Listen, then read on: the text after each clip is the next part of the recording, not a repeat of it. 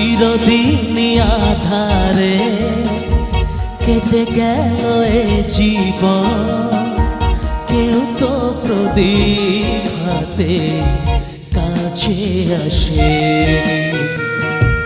দূর থেকে দেখেছি পূর্ণিমা রাত আমি, কখনো আমার ঘরে জ্যোৎস্না ফোটেনি।